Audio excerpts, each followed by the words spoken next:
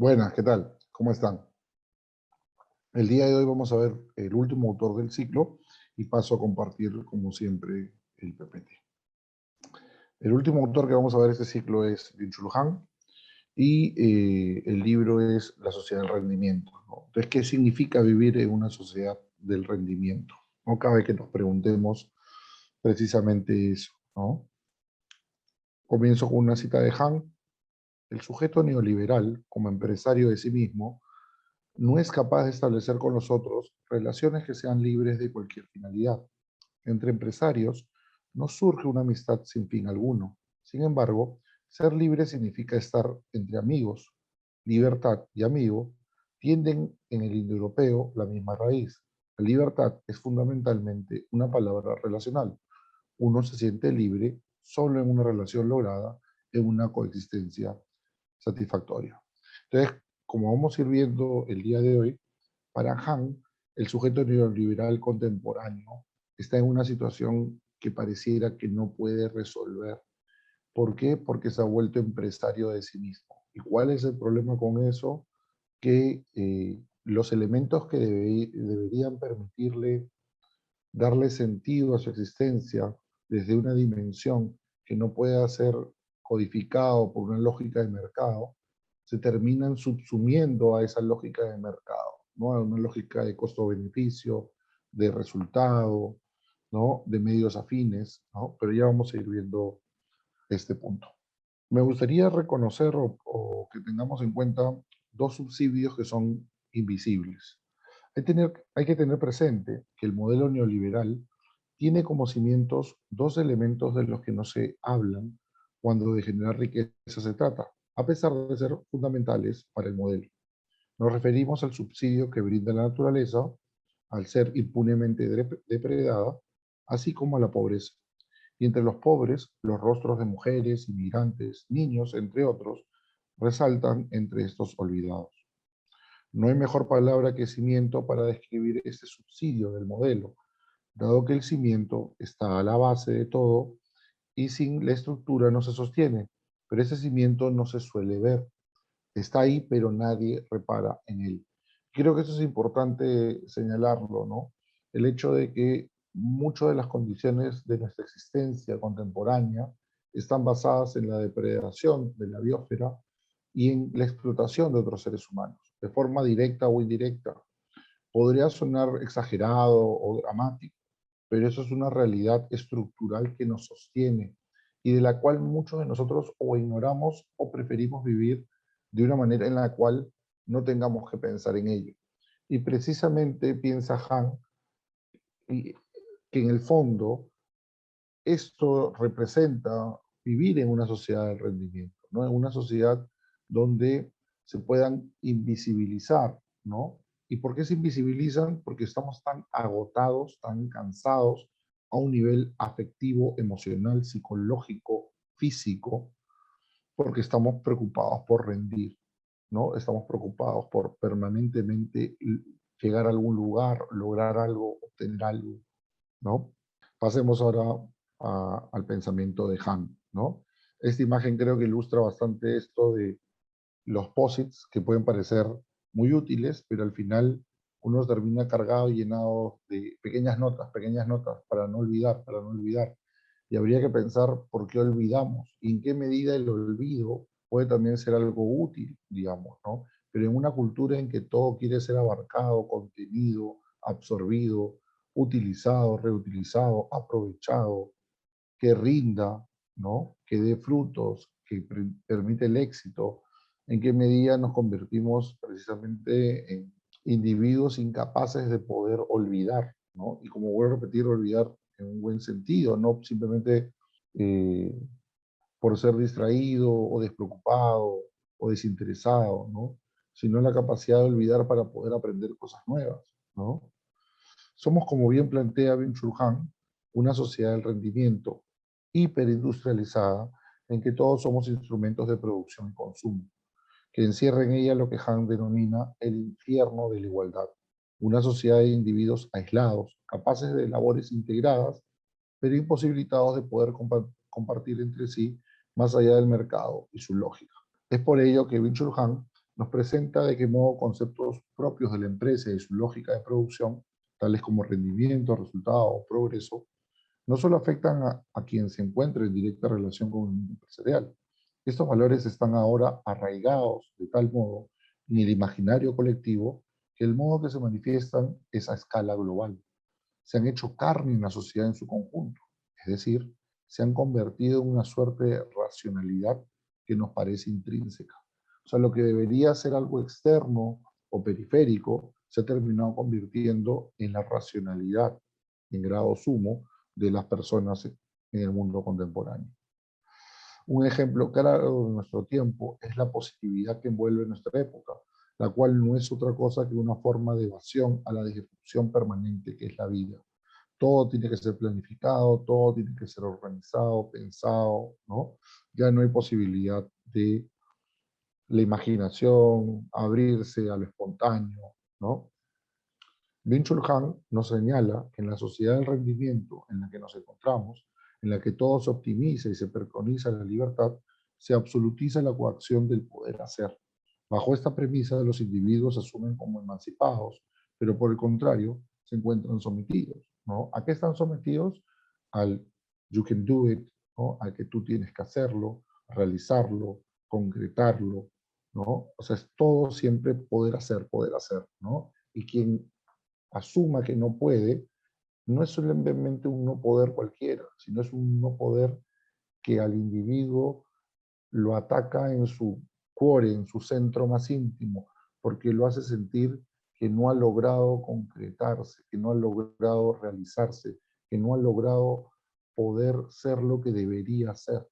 Y creo que ese es un punto bien importante en lo que está señalando Han, ¿no? Esta idea del rendimiento es un rendimiento transversal que pasa por lo psicológico, por lo afectivo, por lo emocional, por lo físico, ¿no? Por tener la capacidad para poder tomarse pausas, para disfrutar las cosas, para poder reflexionar, para poder cuestionarse cosas. Quien solamente hace, pero no en el sentido del hacer de la praxis, ¿no? Que como en Aristóteles veíamos al comienzo del ciclo en la ética, la praxis es la capacidad de deliberar, de reflexionar, de volver sobre las acciones y darle sentido, sino que es un hacer permanentemente en una dynamis, en el sentido de es hacer por el resultado, es hacer por obtener algo, para lograr algo, ¿no?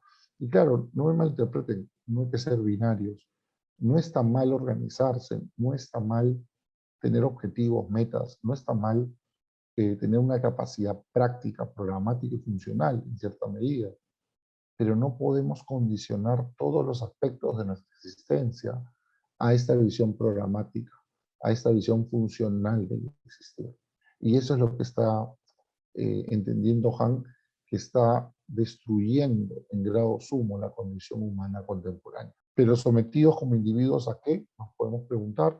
Ya no el disciplinario deber de la sociedad del control, de la sociedad industrial, ¿no? El siglo XIX, el siglo XX, ¿no? Había un mandato, tú tienes que. Ahora ese mandato se ha incorporizado, se ha vuelto parte de nuestra psicología. Ya no es algo externo que nos dice que tenemos que hacer, sino que nosotros sentimos que si no lo realizamos, no estamos adecuadamente estando en el mundo. Si no incorporamos en nosotros el que tenemos que hacer, realizar, lograr, es como que no estuviéramos completos. Y esto termina carcomiendo mucho nuestra capacidad de reflexión, de pensamiento crítico. ¿Por qué? Porque el pensamiento crítico, la reflexión, requiere tiempo, requiere pausa, requiere amplitud de miradas, perspectivas diferentes y distintas. No busca lo inmediato, está siempre mirando más allá. En cambio, la lógica de lo práctico, programático, funcional, todo es lo inmediato en relación a lo que puedo manejar, a lo que puedo utilizar, a lo que puedo hacer, de forma que siempre el resultado esté a portas, que esté cerca, que esté ahí para mí. Entonces, hay una demanda, como decimos, interna, de siempre triunfar a toda costa y por encima de los otros, quienes son obstáculos para nuestro desarrollo pleno. Por ello, para superarlos y vencerlos, debemos dar más de nosotros mismos, incluso bajo el riesgo de herir a otros o autoinfligirnos un daño. No es casualidad, como bien señala Han, que vivimos una época donde cada vez es más usual el síndrome de burnout, ¿no? Esto de quemarse uno mismo, pero en el sentido de agotarse uno mismo, ¿no? Volverse inútil, pero entiendan, no en el sentido de, está mal, ¿no? Sino que estar tan mal, ¿no? No es estar mal en el sentido de equivocarse, ¿no? Estar tan mal, tan enfermo, tan imposibilitado de tener voluntad, que es como que uno se hubiera simplemente apagado, como una batería sin energía. Y muchas personas llegan a ese extremo, ¿no? Está cada vez pasando mucho más en sociedades como la coreana, ¿no? Donde no es casualidad el juego de calamar, como una serie que muestra esta necesidad permanente del triunfo, o películas como, por ejemplo, Parasite, donde también se muestra una sociedad que permanentemente premia a los mejores y que castiga eh, a los que no han tenido la capacidad de poder seguir ascendiendo socialmente, ¿no? El mercado y su lógica eliminan del horizonte de posibilidades lo aeconómico. O sea, la partícula A ahí funciona como sin, ¿no? Carente de, ¿no? Sin lógica de intercambio, valor de cambio, costo-beneficio, pues se lo asume como imposible. No necesitan denominar como utópico un mundo equitativo y justo. Es el propio individuo consumidor el que lo hace. Por ello, le parece absurdo imaginar como posible que exista aquello que precisamente por su valor no puede ser comerciado, así como personas, ciudadanos, individuos que logren hacer suyo ese presente. ¿No? Cada vez nos cuesta entender más que las cosas valiosas o importantes de la vida no tienen un precio, un valor de intercambio, de mercado, pero nos resistimos a eso. Estamos habituados a pensar todo dentro de una lógica de mercado. Cito a Han, la sociedad de rendimiento como sociedad activa está convirtiéndose paulatinamente en una sociedad de dopaje, ¿no? En una sociedad de no querer pensar, no querer ver, no querer sentir. Quiero emociones exultantes, potentes, que me permitan evadir, negar, obviar, invisibilizar aquello que me podría doler si que lo enfrento.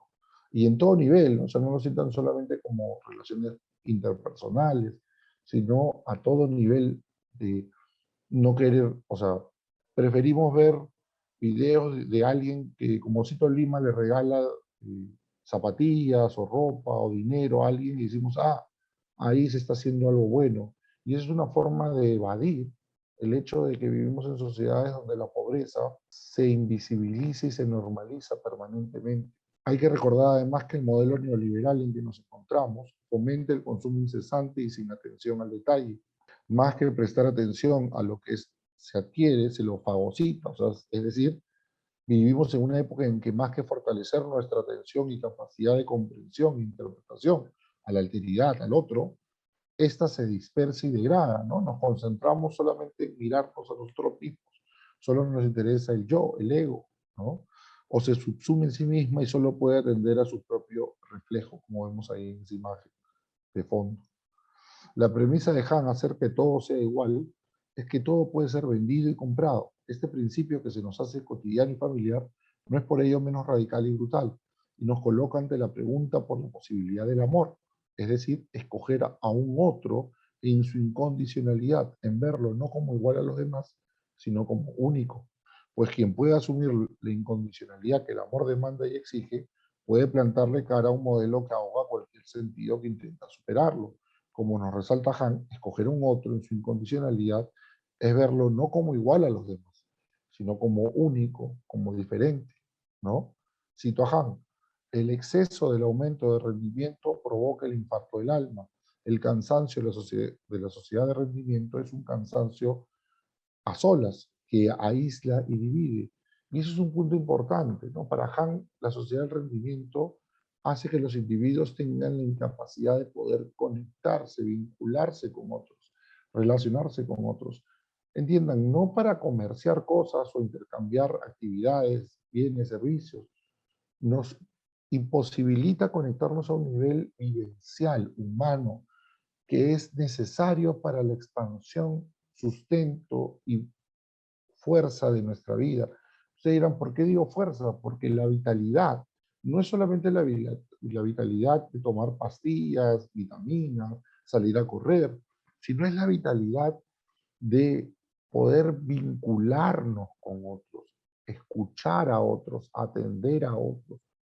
Y eso es algo que lamentablemente en una sociedad en la que la impronta es el yo, el ego, el self, uno se va encerrando en uno mismo, en lo que uno quiere, en lo que uno necesita, en lo que uno busca, en lo que es mejor para uno, y esto imposibilita, a pesar de tener al lado a la persona, de realmente poder escuchar, atender al otro, ¿no? Entonces cada vez vamos encerrándonos más en nosotros. Y para ir cerrando esta primera sesión de presentación, el día jueves vamos a tener ya nuestra clase final analizando dos pasajes del texto de Han. Cito, el don de la escucha se basa justo en la capacidad de una profunda y contemplativa atención, a la cual el ego hiperactivo ya no tiene acceso. Espero que esta introducción modesta, simple, pero directa, les pueda servir para ir entendiendo la profundidad y complejidad que acarrea el pensamiento de Byung-Chul Han. Eso es todo por el día de hoy. Agradecerles como siempre a todas y todos por su atención y nos vemos pronto en clase. Gracias.